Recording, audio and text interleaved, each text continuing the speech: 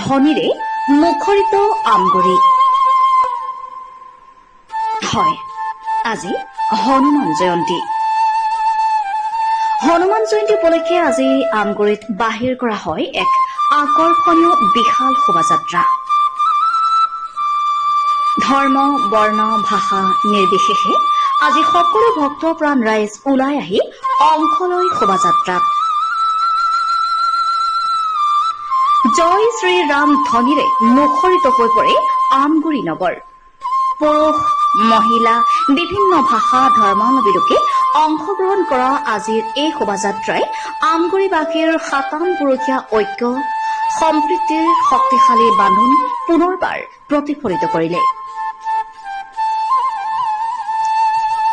News desk report, Assam live 7।